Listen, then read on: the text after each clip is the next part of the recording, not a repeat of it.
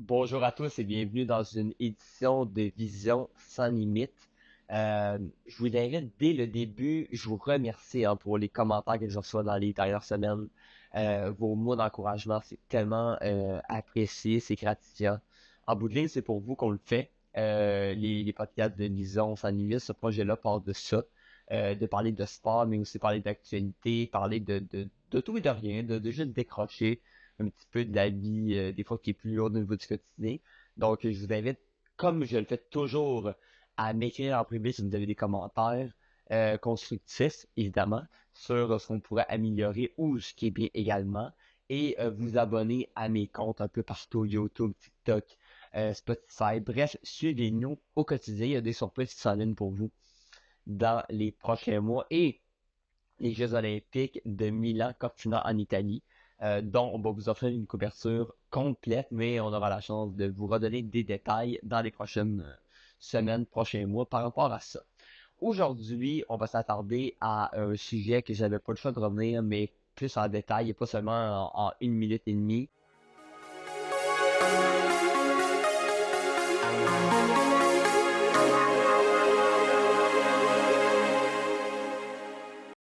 sur les Blue Jays de Toronto, qui se sont rendus en finale de la Série mondiale pour la première fois depuis 1993.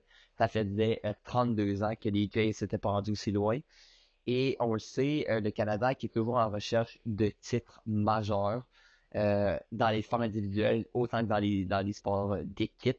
On sait, exemple, au hockey, il n'y a pas une équipe canadienne qui a gagné la Coupe Stanley depuis 1993, également avec le Canadien de Montréal. Et le dernier titre canadien, on va dire, d'envergure dans les ligues professionnelles, c'est les Raptors de Toronto en 2019.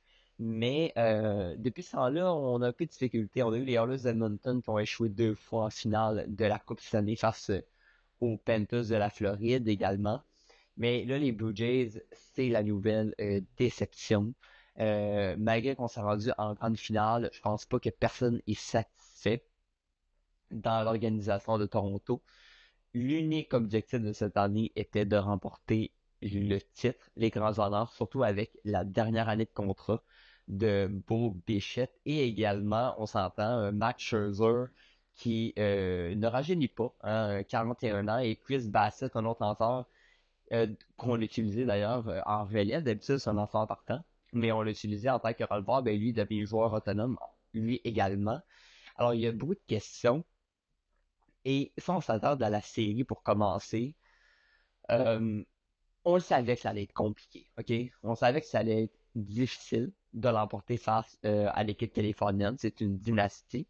C'est une équipe qui compte sur des vétérans, Freddie Freeman, Mookie Betts, Ohtani, Yamamoto, un gérant, Andy Roberts, qui a beaucoup plus d'expérience que le gérant des Blue Jays dans cette situation-là.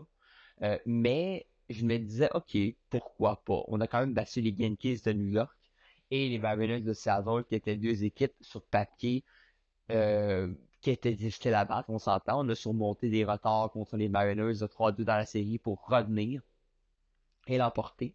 On avait tué Savage, que personne ne connaissait, qui est devenu la révélation de l'année. D'ailleurs, lui, j'espère qu'il est prêt pour son compte de banque va augmenter drastiquement le jour où il va devoir re-signer. Et moi, j'ai hâte de voir ce qui va se passer. Mais concernant la série, je me disais, OK, moi, je pense qu'on peut l'emporter, mais ça va être compliqué. Et j'avais quand même parié que les Dodgers allaient remporter un deuxième titre consécutif en raison de leur profondeur, en raison également de leur expérience, et qu'ils dépensent à chaque année beaucoup plus que toutes les équipes du baseball majeur. Et quand la série a commencé, je me suis dit, OK, wow, on l'a emporté de manière convaincante au premier match. On a marqué 11 points. J'avais dit également que Vlad Guerrero devait connaître une série à la hauteur de son statut, on s'entend, là, 14 ans, 500 millions. Il a répondu, OK? Il a répondu avec pas moins de 7 circuits. Il a battu des records que Bautista et Joe Carter avaient pour le nombre de circuits en série dans l'histoire des Blue Jays. Et c'est pas seulement l'attaque, Vlad, c'est ses jeux en défensive. ce gars-là, c'est un gant d'or. On l'a vu dans le septième match avec des jeux. Il a fait 2 jeux exceptionnels. C'est quelqu'un qui court pas nécessairement vite, mais réussit tout le temps à se placer sur des sentiers. C'est un gars opportuniste, c'est un leader charismatique. C'est l'âme de cette équipe-là. Ben lui, je vous confirme, il a répondu. Et c'est quelqu'un qui s'est présenté dans les moments importants. Alors, lui, il s'est présenté dès le premier match et on l'a vu, mais tout au long de la série mondiale. Ensuite, comme je parlais, on a eu le premier match. Et ensuite, dans le deuxième match, les Dodgers vont remporter qu'ils nous ont muselés avec Yamamoto. Yamamoto, je veux dire, c'est inhumain, c'est surhumain ce qu'il fait. Peut lancer pendant 9 manches, donc il le fait au deuxième match contre Kevin Gausman, qui lui est notre as lanceur, qui a pas mal fait d'ailleurs ce match-là. Il avait lancé 6 ou 7 manches. C'est beaucoup là, quand tu lances 6 ou 7 manches. Mais Yamamoto, c'est quelqu'un qui peut lancer 100 à 110 lancers par match. Pour, pour les gens qui connaissent un peu moins ça, quand tu dépasses au baseball, là, le 90 lancers, c'est déjà très, très, très bon. Mais Yamamoto, lui, peut se rendre jusqu'à 110.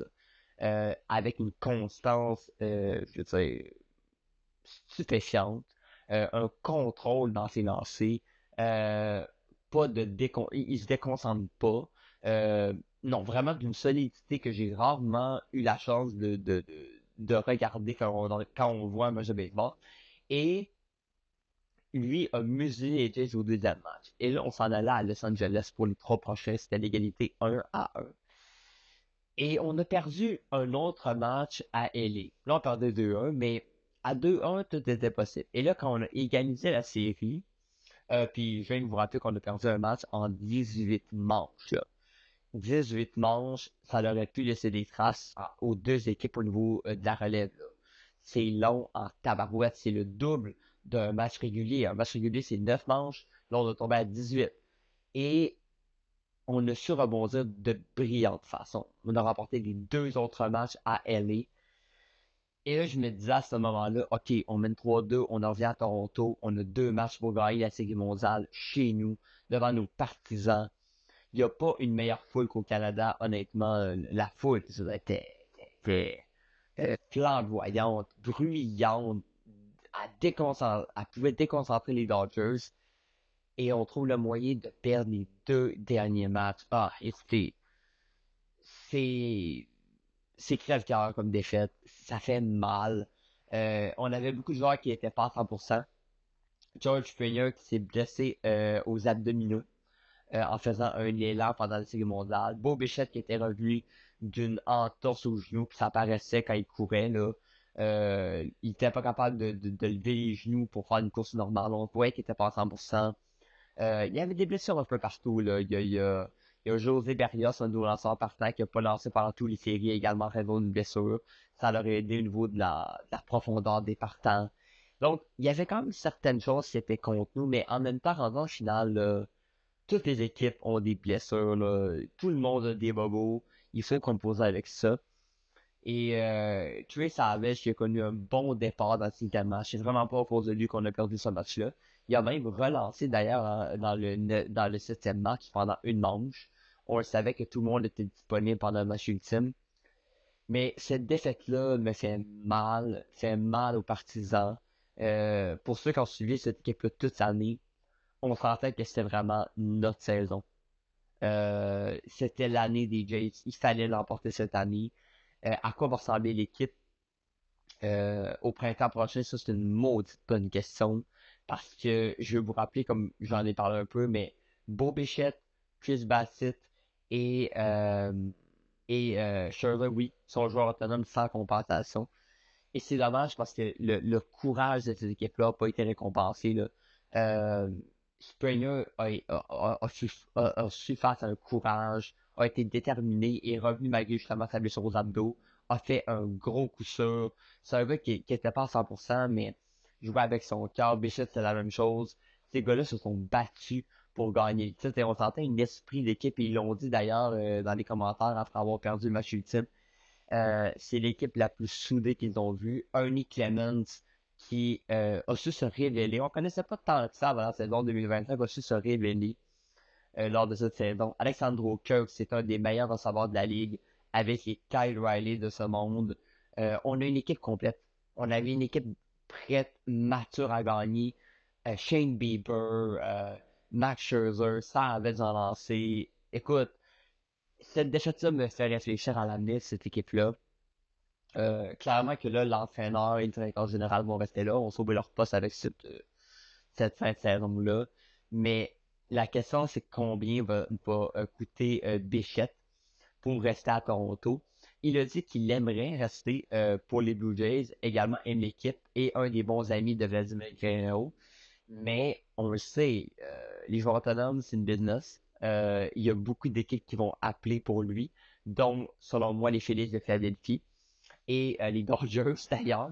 Toutes les équipes, il y a beaucoup d'équipes qui vont appeler pour lui, là. Les Yankees, est-ce que les Blue Jays ont la main mise pour lui offrir un gros contrat? On a l'argent, on s'entend. Mais c'est clair que tu peux jamais prendre rien pour acquis. Puis il y a deux autres joueurs autonomes d'importance également qui sont joueurs autonomes. Kyle Tucker avec les Cubs de Chicago et Kyle Schwarber des Phillies de Philadelphie qui a connu une très très bonne saison, la meilleure de sa carrière peut-être. Alors, est-ce que les Jays sont, exemple, on parle Bichette, est-ce qu'on pourrait le remplacer? Mais moi, j'aimerais mieux la stabilité et qu'on essaye de rajouter des éléments. Euh, Clairement qu'il manque un releveur de grande qualité, clairement. Il manque peut-être même un lanceur partant. Je pense que c'est beaucoup au niveau des lanceurs qu'il faut investir, à mon avis. Pas que l'attaque n'a rien à corriger, mais on a quand même une équipe qui produit, même pendant les séries. Oui, je parlais qu'on a laissé beaucoup on a laissé beaucoup de gars sur les sentiers, oui, mais c'est quand même une équipe qui a produit pendant toute la saison et quand même pendant les séries en général. Je pense pas que c'est là qu'il faut investir en priorité. Je pense vraiment qu'il faut s'améliorer au motif, plus de profondeur, pas nécessairement des vedettes, mais de la profondeur. Qu'est-ce qu'on fait avec les Shane Bieber, les Max Scherzer, les Chris Bassett? Il va y avoir des décisions à prendre aussi parce que Max Scherzer a quand même 41 ans. Il a montré qu'il était encore capable de faire le travail, d'être dominant dans des moments clés. Je veux dire, quand tu donnes à un gars de 41 ans le poste de partant au 7e match, c'est que tu lui fais très très confiance. Il l'a pas déçu. A fait le travail, honnêtement. A mieux fait d'ailleurs que la relève. Maintenant, qu'est-ce que tu fais? Est-ce que tu le gardes? Il y a d'autres équipes qui vont appeler. Est-ce qu'il a aimé assez Toronto pour rester ici puis avoir une chance de le gagner pour vrai l'année prochaine? Puis, au-delà des performances, au-delà, pardon, de ses performances, l'expérience, ça s'achète pas. C'est un gars qui a gagné 3 titres consécutifs de la série mondiale. Pas 3 titres consécutifs, mais a déjà gagné 2 titres, oui, de la série mondiale avec les Rangers du Texas et un autre avec Washington. Et aurait pu en remporter un troisième cette année. Ça s'achète pas l'expérience en séries éliminatoires. Et là, clairement, que son niveau, au niveau positif, cette équipe-là en a gagné beaucoup, beaucoup en atteignant la finale et en perdant. Les jeunes vont en sortir gagnants. Là, c'est clair qu'ils ont besoin de temps pour digérer la défaite. Le prochain mois va servir au repos, reposer les blessures. Et j'espère que quand l'équipe va revenir en janvier, février, au camp d'entraînement, on va être prêt à reprendre la machine. Et c'est pas tout le temps facile, hein, repartir la machine après une grosse défaite ou une victoire, même en finale de la Série mondiale. Même les Dodgers, on l'a vu l'année passée, on connaît un début de saison assez lent.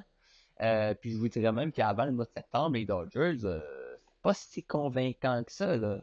On a longtemps été deuxième de leur division au premier, mais pas beaucoup devant les San Diego. Puis les Dodgers ont une division très forte, tout comme les Blue Jays. Mais les Blue Jays, c'est ça, là, l'année prochaine, il faudra être prêt parce que les Yankees vont partir la machine, vont probablement même faire des ajouts, comme à l'habitude sur les joueurs autonomes. Boston sont en progression. Tampa Bay sont bons à chaque année.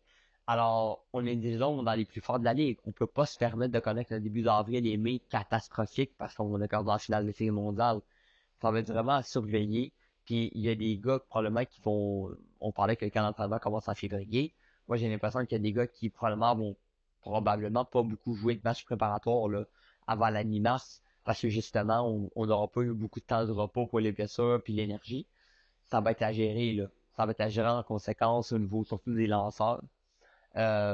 Donc, il y a beaucoup de questions qu'on se pose puis qu'on a raison de se poser sur qu'est-ce qu'on va faire. Puis, oui, l'entraîneur va être en repos, oui, mais du côté de la direction, des Jays, euh, il n'y aura pas de repos, là. Les joueurs autonomes au baseball, ça va commencer très bientôt. Déjà, dès jeudi ou vendredi cette semaine, c'est la date limite c'était la date proposée pour les offres qualificatives aux joueurs qui peuvent devenir autonomes.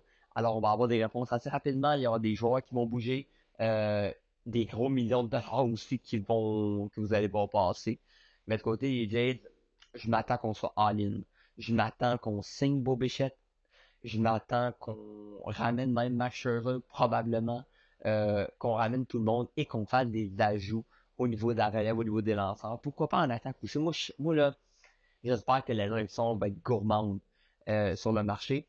Faut faire attention, là, c'est sûr qu'il ne faut pas changer nécessairement la chimie de cette équipe-là qui était incroyable. Il faut des gars qui fit, comme on dit dans le vestiaire, mais il faut être gourmand. C'est là où jamais le noyau est prêt là. Comme j'ai dit, on a des joueurs qui vieillissent quand même. Là. Même Scherzer revient, il va avoir comme 42 ans. Là. George Springer va avoir 37. On a quand même des gars, Shane Bieber aussi dans la trentaine. Donc, on a le noyau comme un mélange de jeunes et de vétérans. Faut que tu en profites maintenant. C'est là où jamais il reste peut-être 1 ou 2 ans de fenêtre pour cette équipe-là. Puis c'est pas pour rien qu'exemple, les Dodgers de Los Angeles aussi le font. Ça, c'est qu'eux autres aussi, ils ont comme une moyenne, un temps pour gagner, ben ils gagnent. Ça fait 2 ans de ligne, pour en gagner encore un troisième, possiblement un quatrième, ils ont encore 2 ans. Mais une année, les cycles, ça se finit, là. Puis on le voit dans la Ligue canadienne avec les Blue Bombers de Winnipeg, eux qui ont été à la Coupe Grey pendant 5 années consécutives. Ben là, on voit que leur cycle commence à ralentir, là. Les gars commencent à vieillir, donc il y aura un rajeunissement à faire. Ben, c'est la même chose. Un jour, les Dodgers vont devoir aussi rajeunir leur effectif. Mais pour l'instant, ils gagnent, puis c'est correct. Puis les Dodgers, d'ailleurs, j'aimerais souligner, sur 100% à la retraite également, Clayton Kershaw, qui ira au Temple de la Renommée. Il avait dit avant la série mondiale que, ben, avant la série même, oui, que ça allait être son dernier parcours. Ben, bravo à lui. Une excellente carrière, un des meilleurs de sa génération, avec Scherzer, entre autres. Pour Scherzer, il a déjà affirmé, lui, que ce n'est pas la fin. Continue. Ben, moi, j'aimerais qu'on le ramène au moins pour l'expérience l'an prochain dans ce vestiaire-là. Mais comme je l'ai dit, j'espère qu'on va garder le noyau actuel et en ajoutant quelques pièces oui, parmi tant d'autres au niveau des lanceurs, peut-être un peu en attaque également. Mais cette équipe-là a tout ce qu'il faut pour retourner à la finale de la Série mondiale et pourquoi pas une revanche épique contre les Dodgers l'an prochain. Euh, on s'entend que ça créera de l'engouement. Moi, je serais pour en tabarouette. Rappelez-vous quand il y a eu la revanche, justement, l'an passant entre les Panthers et les Oilers, tout le monde voulait que les Oilers prennent leur revanche. Malheureusement, ils ont échoué. Mais si les Blue Jays pouvaient avoir une autre chance de le faire, je serais partant à 100%. Puis je suis certain que le Canada, on serait tous derrière les Blue Jays de Toronto. Alors sur ce, merci de m'avoir écouté. Comme j'ai dit, écrivez-moi, likez, abonnez-vous. On aime toujours ça, vous entendre aussi, quand c'est constructif évidemment, sur ce que vous pensez de nous. Qu'est-ce que vous aimeriez qu'on parle dans les prochains mois, prochaines semaines. Et ça va nous faire plaisir de nous adapter. Et on s'entend que Noël s'en vient assez vite hein, quand même. Donc un automne qui s'écoule. J'ai l'impression des fois qu'on vient de commencer le podcast, mais ça fait déjà 2 mois. Alors la vie évolue assez rapidement, alors c'est intéressant avec vous de suivre l'évolution de l'actualité. Alors bonne semaine à tous, on se reparle la semaine prochaine pour une nouvelle édition de Vision sans limite.